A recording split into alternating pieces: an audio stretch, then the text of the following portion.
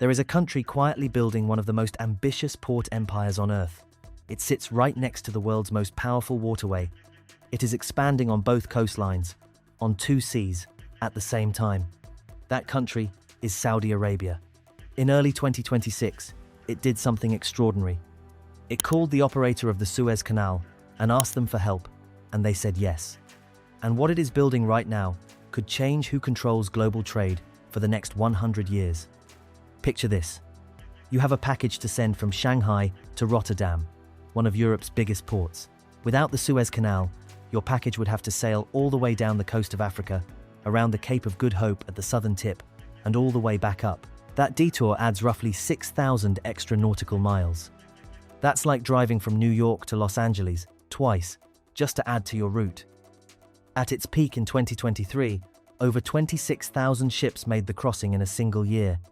We're talking about 12 to 15% of all global trade.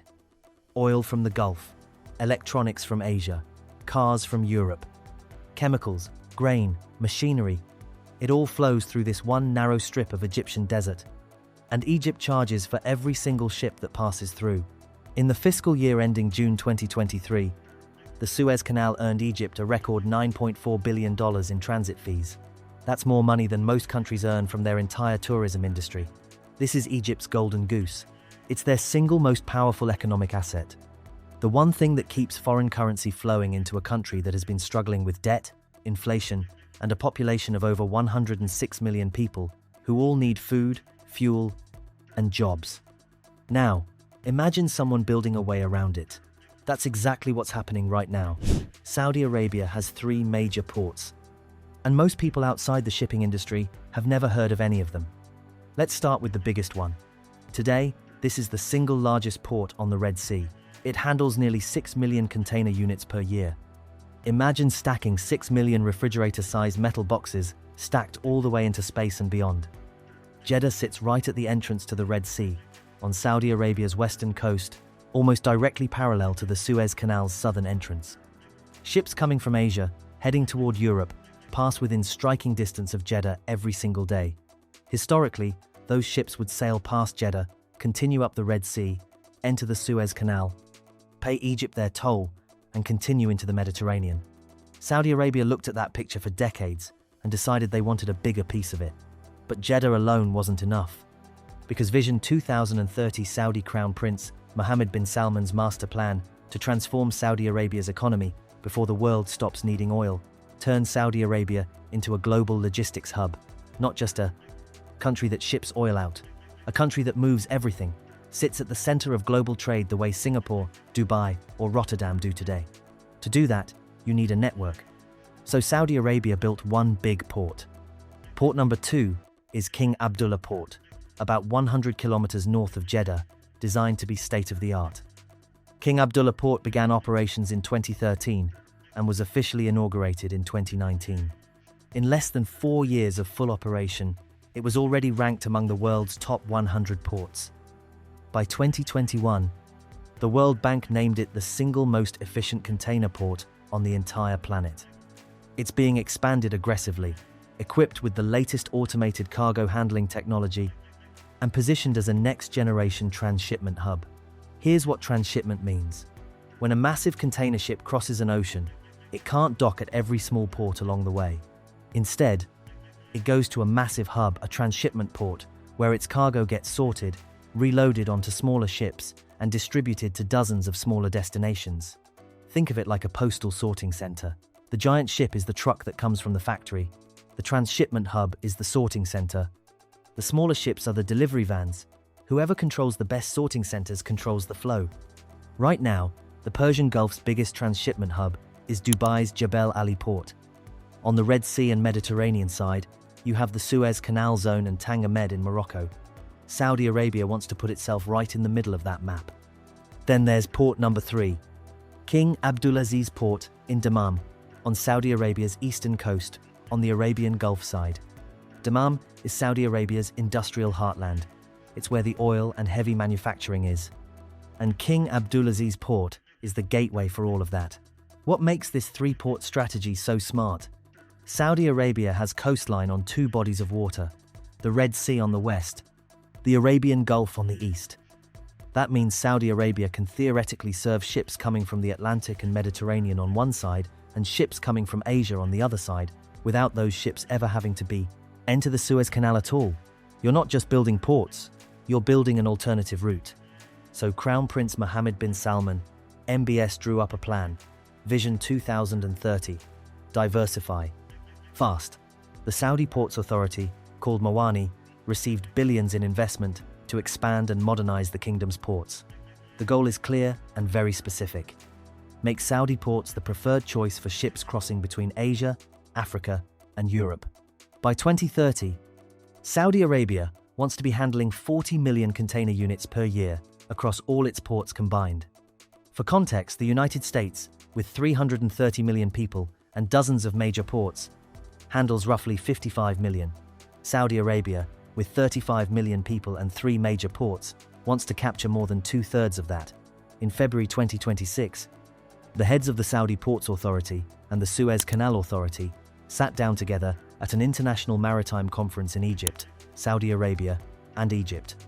In the same room, Saudi Arabia asked the Suez Canal Authority, operator of the most strategically important waterway on Earth, to help develop its ports, share their expertise in dredging, ferry construction, port operations, and build faster, deeper, more capable infrastructure.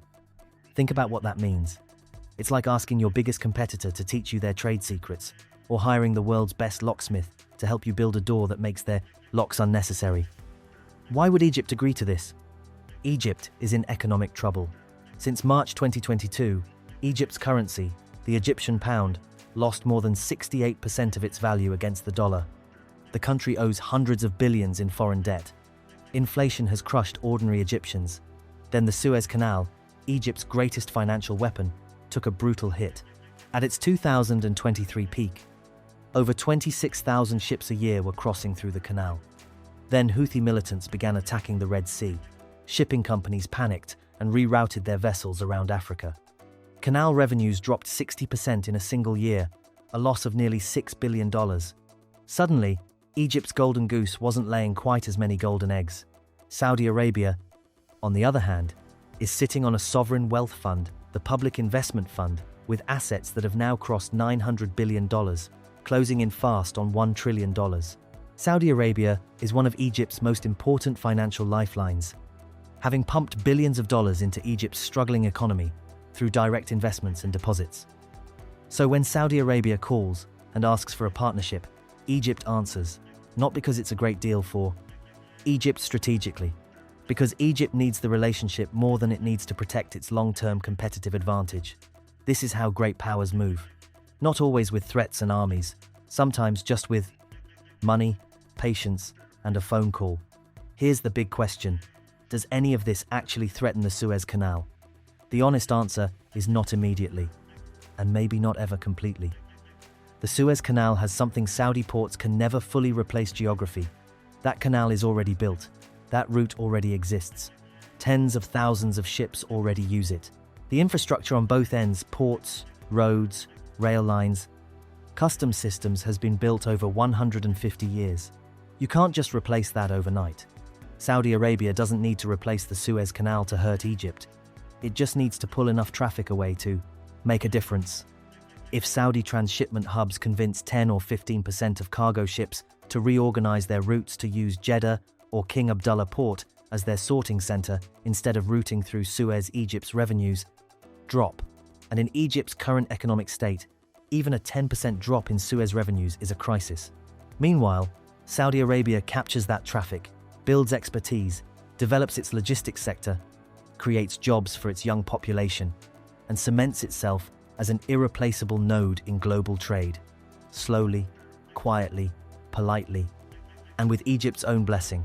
Saudi Arabia is not doing anything illegal. It's not cheating, not threatening anyone with military force. It is simply building, investing, planning decades ahead, and calling the right people at the right time. And Egypt, faced with debt, inflation, and a currency in freefall, pulled up a chair and joined the conversation. The question that nobody has answered yet is this: what happens when Saudi Arabia's ports are fully operational at scale? Will those 40 million container units become reality? When ships from China start choosing Jeddah over the canal as their preferred sorting hub for European distribution, will Egypt's government wake up and recognize what it agreed to in February 2026?